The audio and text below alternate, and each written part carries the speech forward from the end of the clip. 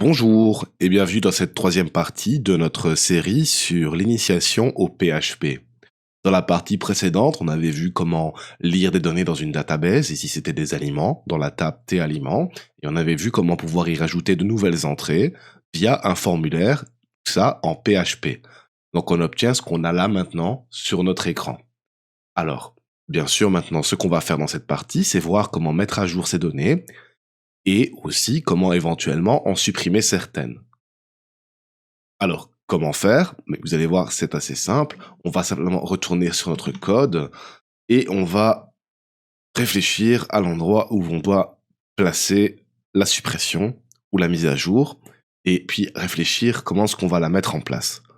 Vous savez quoi? On va en fait retourner sur l'app et regarder ça sur l'app.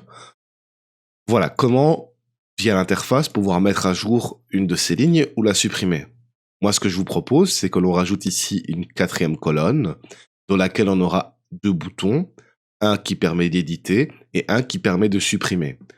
On va faire simple pour le moment, on va juste créer le bouton qui permet de supprimer et la troisième colonne, la quatrième colonne en question. Faisons ça tout de suite, on retourne dans notre code. Donc ce qu'on va faire, c'est que l'on va descendre ici plus bas, à l'endroit où on ajoute chaque ligne dans le tableau. C'est ici. Donc on a bien récupéré les données en DB, et pour chacune de ces données, on vient rajouter cette ligne. Donc rajouter une colonne, c'est rajouter un TD dans un TR. On va rajouter ceci ici, TD, TD, et dedans on va rajouter un bouton. Donc c'est un input de type button, qui a comme texte supprimer.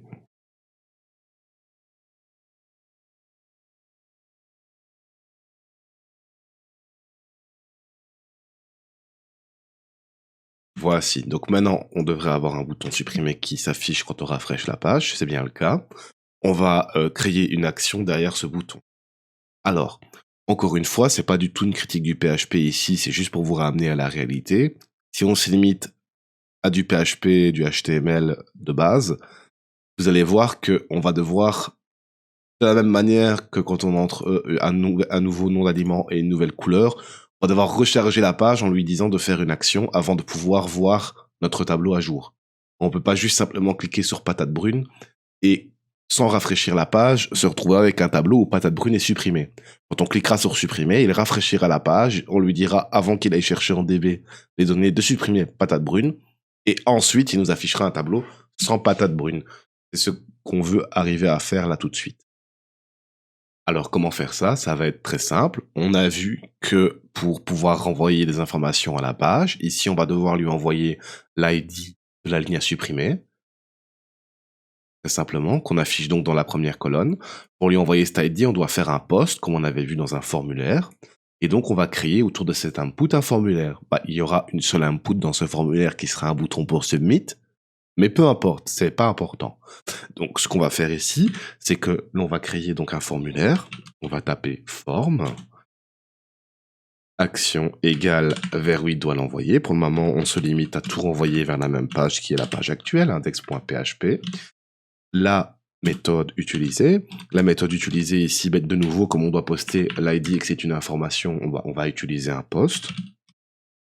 Nous allons fermer le formulaire derrière le bouton.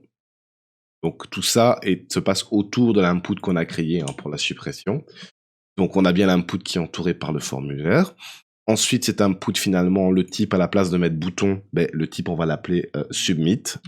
Comme ça, il enverra le formulaire quand on cliquera dessus. Submit étant un bouton, mais le bouton spécial qui envoie le formulaire. Voici. Et du coup, on va s'arranger maintenant pour que dans ce formulaire, il y ait l'ID. Parce que si on n'a pas l'ID, il va renvoyer du vide. Il va renvoyer rien du tout. Donc, ce qu'on va faire, c'est que ça va être embêtant parce que si on rajoute une input dans lequel on met l'ID, même si on le met automatiquement, on a vu qu'on pouvait donner une valeur par défaut à l'input, les gens, dans leur partie de droite, vont se retrouver avec un ID qui s'affiche alors qu'ils l'ont déjà à gauche, c'est vraiment pas utile. Donc on va créer l'ID pour qu'il ait la donnée à envoyer dans le formulaire, mais on va le cacher. Comme ça, étant caché, il sera bien envoyé, mais on ne le verra pas au niveau du tableau. Donc on n'aura pas de doublon au niveau de l'ID. Donc ce qu'on fait maintenant, c'est que l'on va créer cet input invisible. Donc, on va recopier par exemple l'input qu'on a ici. Voilà. On va le mettre à l'avant et on va l'appeler type texte. Ça ne pose pas de problème. Et la valeur va être l'ID. L'ID, on avait déjà vu comment l'ajouter parce qu'on l'a ajouté dans la première colonne. Data ID. On vient, on le met ici. Et voilà, la chaîne va être concaténée. On aura bien value égale ID. Ne pas oublier de donner un nom, sinon cet input ne sera pas envoyé. Et le nom qu'on va donner, ça va être ID.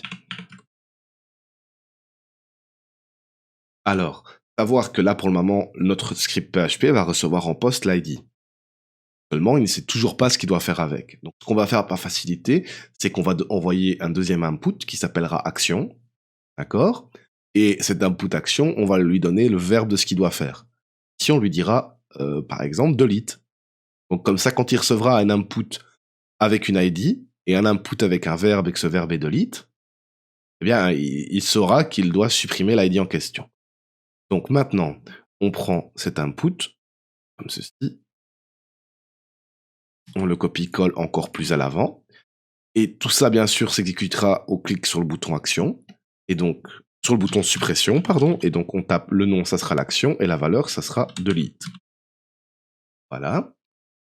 Du coup, maintenant, ben, forcément, ça s'affiche dans le tableau. On en avait discuté tantôt. Comment faire pour que ça ne s'affiche plus? Bien, on va les mettre en hidden. Hidden, très simple, on rajoute hidden, et ça veut dire caché. Comme ça, on ne le verra plus, et on sera bien tranquille. Hop. Si on retourne sur notre tableau et qu'on réactualise, bien, ces inputs ont disparu. Donc là, pour le moment, ce n'est pas encore pris en charge, mais quand je fais ceci, il fait un post avec les informations qu'on a notées dans notre formulaire qui est lié au bouton. Preuve en est si vous voulez vérifier. Vous faites F12 pour rentrer dans le débugger.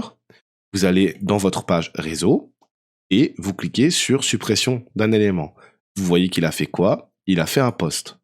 Regardez après ce post et vous vous rendez compte dans les paramètres que vous avez bien deux paramètres qui ont été envoyés via le formulaire, action delete et ID1. Et donc maintenant, ce qu'on va faire, c'est qu'on va prendre en charge quand on reçoit un post qui dit delete avec un ID. On retourne dans notre code. Donc, on avait déjà fait ça précédemment à cet endroit, où lorsqu'on voulait créer un nouvel aliment, on envoyait le nom et la couleur, et ici, vérifier si on avait bien donné un nom et une couleur dans le post. On va simplement recopier ceci. Alors, on pourrait refaire un if en dessous, mais ça n'a pas d'intérêt, puisque autant lors de la création d'un nouvel aliment, je vais envoyer le nom et la couleur, autant lorsque je vais vouloir supprimer un aliment, je vais envoyer son ID et une action qui est suppression. Du coup, je peux me dire que ça se passera uniquement si je n'ai pas envoyé nom et couleur. Donc je mets un else avant de remettre ma condition, else if, ouvrez les guillemets, fermez les guillemets, et les conditions c'est quoi? Bien, si j'ai un post ID, parce que j'ai besoin de l'ID, et si j'ai un post action. Voici. Ce qu'on va vérifier, on va venir ici, vérifier certaines conditions avant d'effectuer la suppression. Alors, on va regarder si l'action est égale à delete. Puisque maintenant qu'on est certain qu'action existe, on va pouvoir la comparer. Si action égale delete, là, on pourra faire notre suppression. À savoir que si vous faites ce genre de vérification sans avoir vérifié avec is7 que c'était bien présent, vous allez avoir une erreur. Parce que vous allez tenter d'opérer une comparaison sur quelque chose qui n'existe pas. Maintenant que ça c'est fait, on peut ici dedans créer notre requête à la base de données pour la suppression. Sachez bien entendu qu'on pourrait faire d'autres vérifications. Il est possible d'utiliser des méthodes et d'autres vérifications qui vont vous permettre de vérifier que l'ID que vous avez envoyé, par exemple, est bien un nombre. On s'assurer que, ben voilà, il s'agit bien d'un nombre et que vous n'avez pas envoyé banane comme élément à supprimer et que vous avez bien envoyé une ID. Ici, on va faire simple. On va partir du principe que les gens utilisent le formulaire correctement, que notre formulaire envoie bien une ID. Alors, maintenant que ça c'est fait, on va créer de la même manière qu'on a fait pour le reste, ceci, la string MySQL. Alors, c'est très simple. il suffit d'écrire delete, et le verbe pour la suppression. Delete de quelle table? T aliment. Très bien, c'est là qu'on veut supprimer. Qu'est-ce qu'on veut supprimer? Eh bien, là où l'ID est égal à l'ID qu'on nous a envoyé. Donc, très simplement, where ID égale, même remarque que pour l'insert qu'on avait fait, pour l'ajout à la base de données, on ne va pas simplement concaténer avec l'ID parce qu'il y a des risques. Donc, on va mettre une valeur temporaire pour faire référence à ce qu'on y ajoutera plus tard, qu'on appelle ID.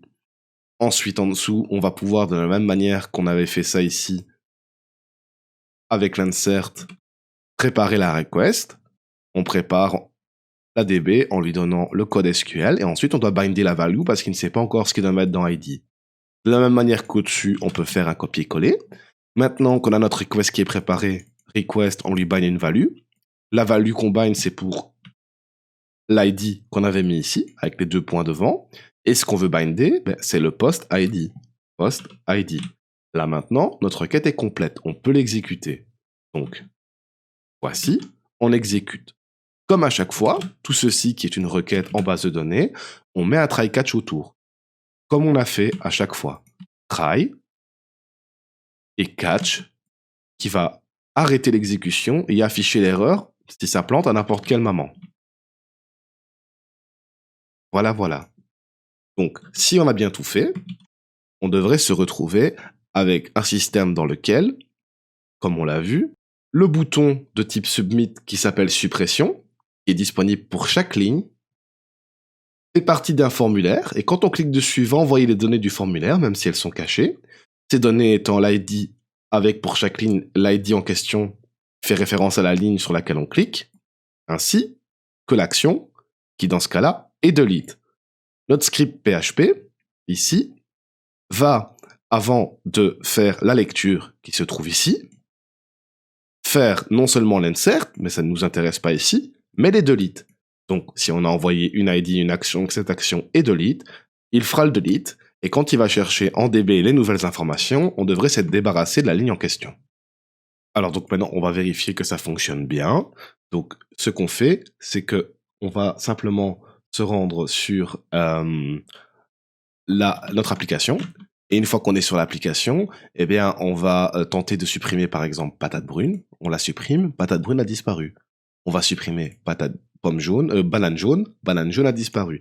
Si on réactualise la page, on se rend compte que les changements ont bien été faits en DB parce qu'ils ne changent pas ce qui se passe. Alors, petite subtilité maintenant, regardez, lorsque j'ajoute un nouveau fruit, comme par exemple banane jaune, on va l'y remettre. Ah oui, jaune va dans la couleur. Lorsque je fais ça et que je l'envoie, il s'ajoute dans la DB, mais il se passe quelque chose, c'est que si je fais F5, vous allez voir qu'il vous met une erreur en disant attention, ça va répéter l'action. Et vous voyez, tant que je vais réactualiser, il va renvoyer ceci. Alors que maintenant je ne veux plus, d'ailleurs au moment où j'ai réactualisé, mon formulaire était vide. Mais il a retenu les données qui étaient envoyées dans le formulaire la dernière fois qu'on a chargé la page. Et F5 ne veut pas dire seulement refresh la page, mais veut dire réexécute la même action. Et donc, ici sont inclus les données du formulaire. Comment éviter ça? Bien, on va dire à PHP, une fois qu'il a effectué quelque chose, il peut demander de refresh sans refresh les données. Si vous voulez, c'est juste réouvre-moi cette page et c'est tout. Une redirection très simple. Donc, ce qu'on fait ici, c'est que à chaque fois qu'on aura effectué une action où c'est nécessaire de faire une modification dans la DB, eh bien, on va lui dire de renvoyer vers index.php, sans plus avoir de poste ou de ces valeurs-là. Donc, comment faire ça? C'est assez simple. On va le faire pour insert et delete. C'est les deux qui font des modifications pour le moment. Et on va mettre, juste après l'exécution de la requête, un header.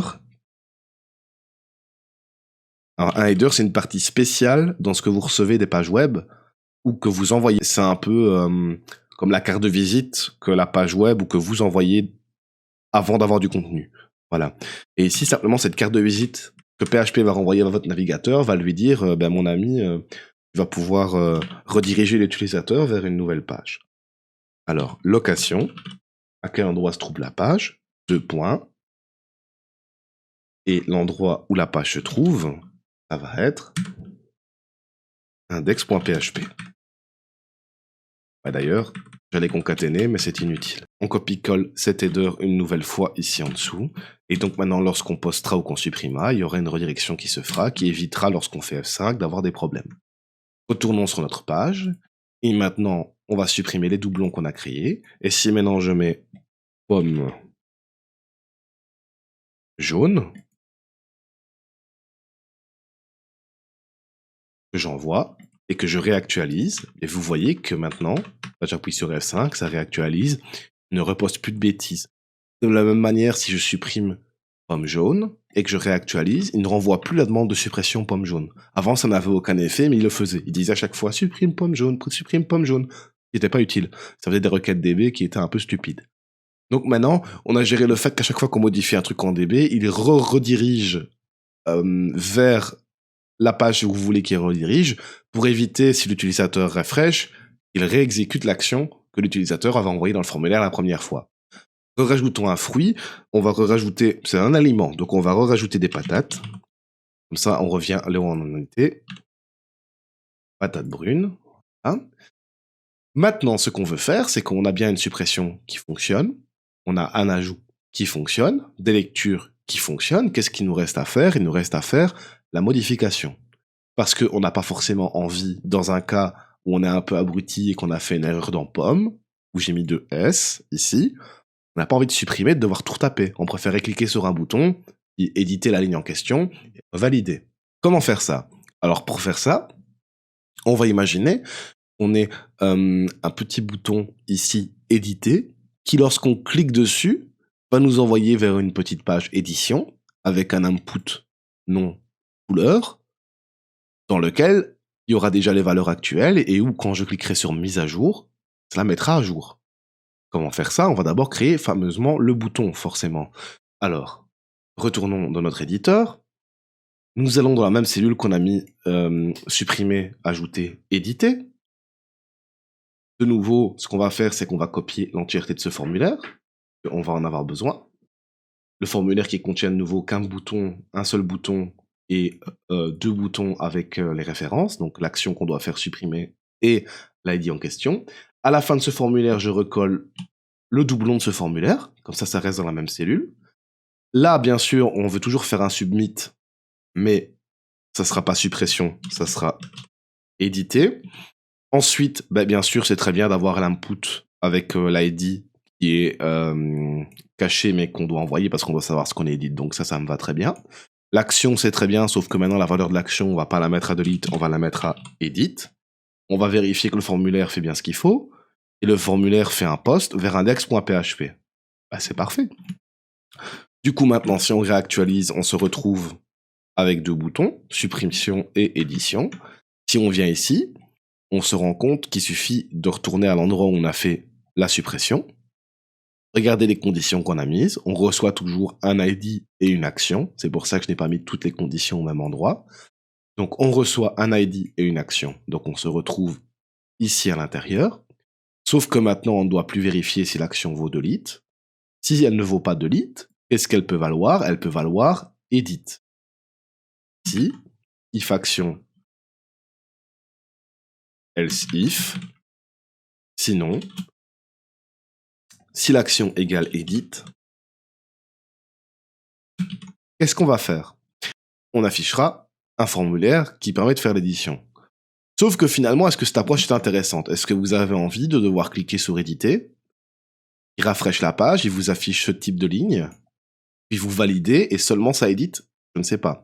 Ce qu'on peut imaginer faire, c'est que ceci soit en fait une input, d'accord, avec la valeur dedans, et que lorsqu'on clique sur éditer, eh bien, il renvoie les modifications qu'on a effectuées dans l'input directement dans la DB. Ça sera peut-être plus simple. On va faire ça. Ça me semble une très bonne idée. Donc finalement, on laisse ça comme c'est pour le moment. On retourne ici.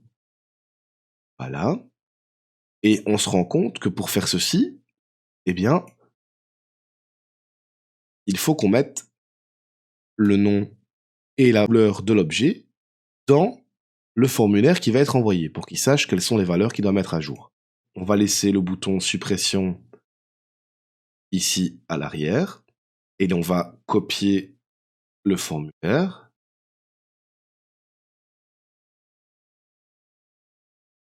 Édition.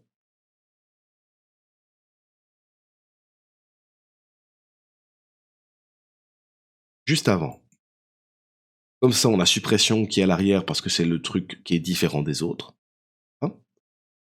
Juste au début du formulaire, on recopie-colle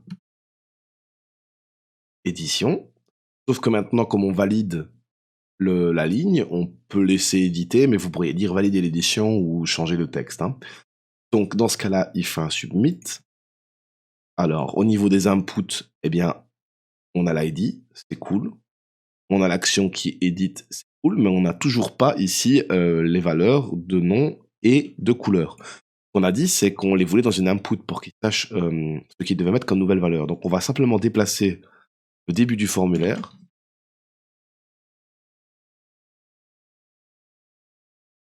au début de la ligne. Et maintenant, pour chacun des éléments qu'on risque de mettre à jour, l'ID étant auto-incrémenté, on ne le met jamais à jour, donc pour le nom et la couleur, on va créer une input dans laquelle les gens pourront éditer la valeur, mais qui aura par défaut la valeur qui vient de la DB. Comme ça, à la fois, je peux lire mes valeurs tranquillement, et si je veux les éditer, je tape directement à l'intérieur de cet input, je clique sur éditer, et ça met à jour en DB.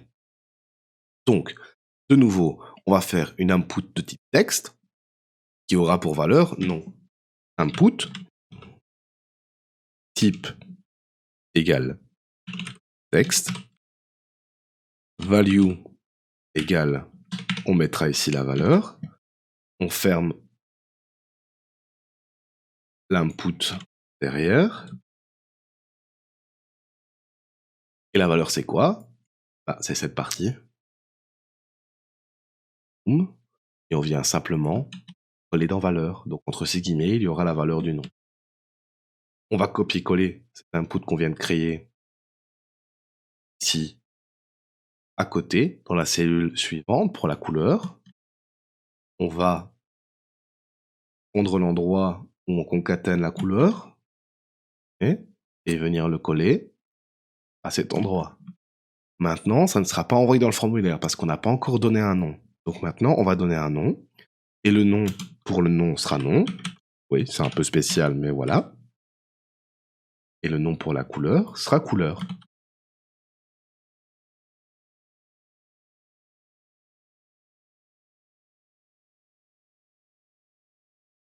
Ce qui veut dire que maintenant, on a un espèce de formulaire qui fait quasiment toute la ligne, à part la dernière partie avec le bouton de suppression. Tout ce qu'il y a avant dans la ligne, c'est un formulaire qui contient une input avec le nom et la couleur et un bouton édition qui submit lorsqu'on valide en donnant comme action éditer. Ce qui veut dire que ici, normalement, à l'endroit voilà, où je cherche l'action edit, je dois avoir un poste avec une action edit, une couleur et un nom. On va vérifier ça. Et on se rend compte qu'on a une incompatibilité. Pourquoi? Parce que, eh bien, j'ai bien post-nom et post-couleur qui est indiqué dans le formulaire. Et donc, il va prendre en compte la première condition. Bah, j'ai un nom et une couleur. Et en fait, quand vous cliquerez sur éditer, ce qu'il va faire, c'est qu'il va juste créer un nouvel élément avec les valeurs que vous avez envoyées. C'est pas ce qu'on veut. D'où l'intérêt du post-action. Donc, ce qu'on va faire maintenant, c'est que l'on va rajouter une input action ici qui dira création. Et comme ça, on sera certain que ça ne sera pas création comme action, et on n'aura pas cette erreur. Donc, redescendons ici. Où est-ce qu'on créait les nouveaux aliments? C'était dans le formulaire qui est tout au-dessus de la page, donc qui est ici, là. Et donc, on retourne là-dessus. Où se trouve ce formulaire? Il se trouve ici. On va rajouter la même input qu'on a rajouté autre part, qui est l'input action. Donc, hop,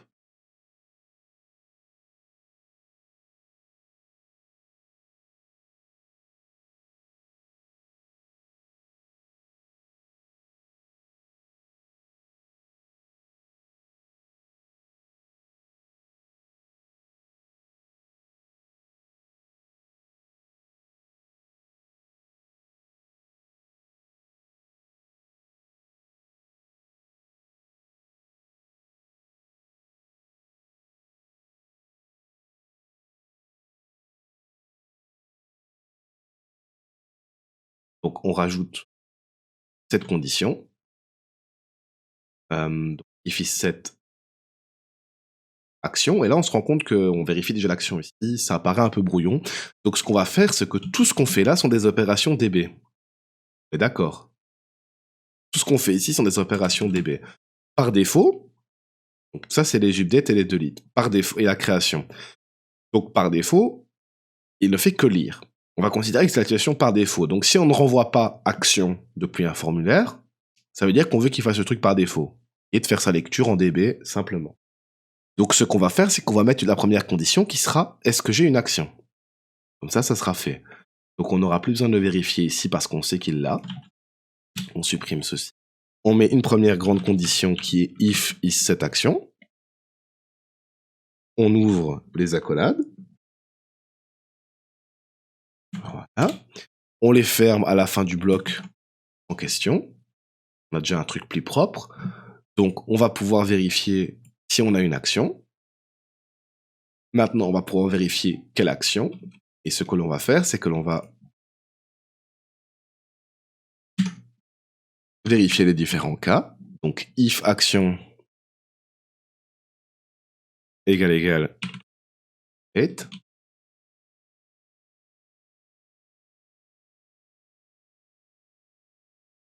Ensuite, deux fois else if. Else if, else if. Le premier sera si jamais tu veux faire une suppression. Et le deuxième sera si jamais tu veux faire une édition. Voilà. Donc, pour ce qui est de la création et de la suppression, bien entendu, on a besoin... Non, donc l'édition, on a juste besoin de l'ID, on est d'accord? On donne l'ID, on supprime. Par contre, la création et l'édition, on a besoin du nom et de la couleur. Donc ce qu'on va faire, c'est pour cela, on va rajouter la condition de vérification. Est-ce qu'on a bien et la couleur? Ah, et voilà. Comme ça, on est sûr qu'on a bien toutes les informations. On n'a pas vérifié la valeur de ce qu'on nous envoyait, mais on sait qu'au moins c'est présent. Donc, ce try-catch qui servait à faire l'insertion, on le copie, on l'enlève de là, on vient le mettre au cas où on demande l'action create. Ce try-catch qui servait à faire le delete, on le colle pour l'action delete. Donc, comme action, on n'a plus qu'à coder l'action edit. On supprime ceci et on va vérifier si notre interface pour l'insertion et la suppression fonctionne encore. Alors F5. Est-ce que ça fonctionne si j'ajoute une poire verte?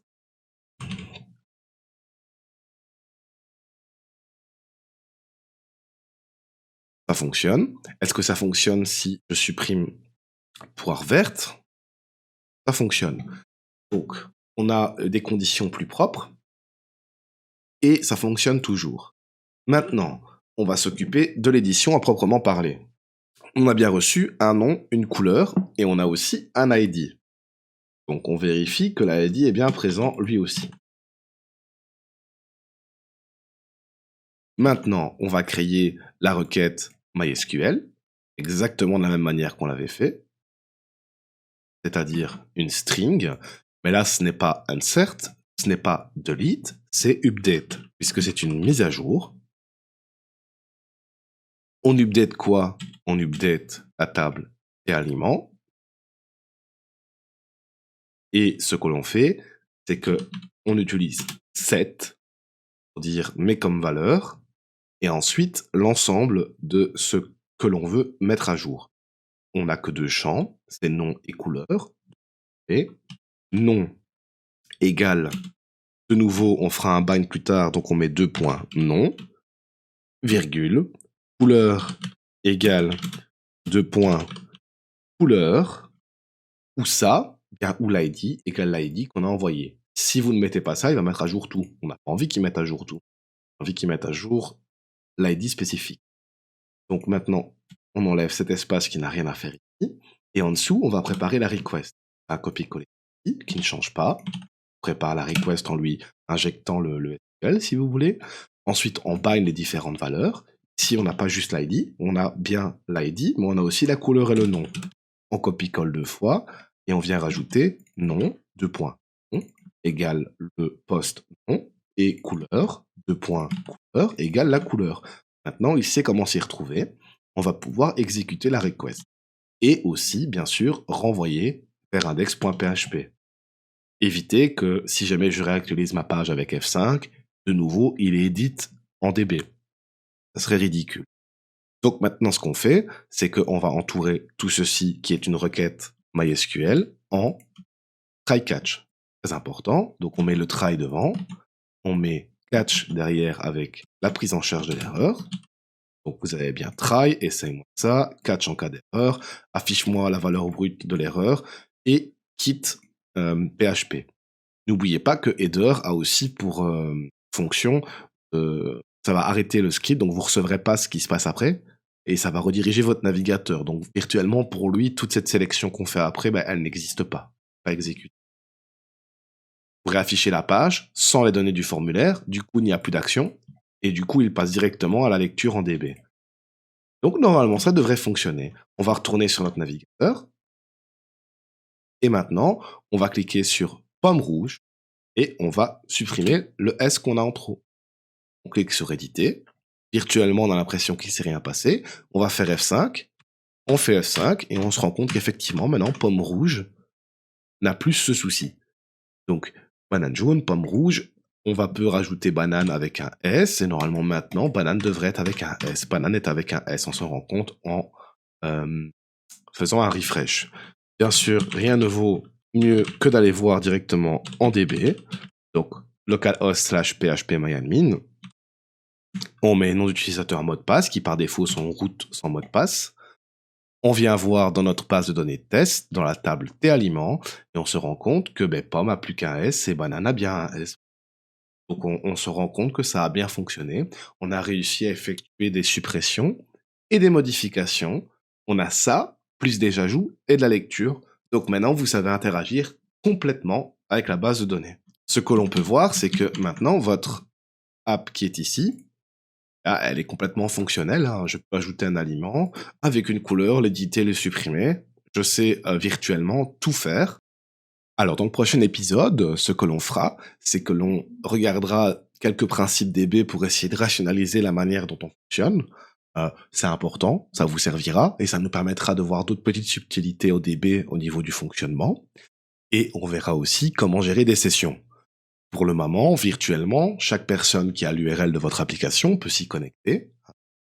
Et développement, c'est pas grave, mais peut éditer, supprimer, rajouter des choses. Pas normal. Ce qu'on va faire, c'est qu'on va mettre une couche de protection, où lorsque la personne rentrera à l'URL, l'application vérifiera si elle la connaît, et si le serveur web dit « Ah, toi mon coco, je ne te connais pas », il y mettra par exemple un formulaire, login mot de passe, et s'il a le bon login et le bon mot de passe, on l'identifiera et on ne l'embêtera plus, on le laissera travailler. Si c'est mauvais, il n'aura pas accès. Ce sont les sessions, et c'est ce qu'on verra lors de la prochaine vidéo. En attendant, j'espère que cette vidéo vous aura plu. J'ai bientôt un filtre anti-pop en micro qui vont permettre que ça soit un peu meilleur. J'ai aussi changé de micro, donc la qualité du son et de l'audio devrait s'améliorer. Si la chaîne vous plaît, n'hésitez pas à mettre un like, un commentaire constructif ou à vous abonner. Si vous vous abonnez, n'hésitez pas à cliquer sur la petite cloche, parce que la chaîne débute, pas beaucoup de vidéos, pas beaucoup d'abonnés. Donc si vous cliquez pas sur la cloche, vous risquez de ne pas avoir la vidéo qui s'affiche dans votre fil d'actualité. Donc la cloche est très important. J'espère que ça vous aura plu et je vous souhaite une très bonne journée. À bientôt.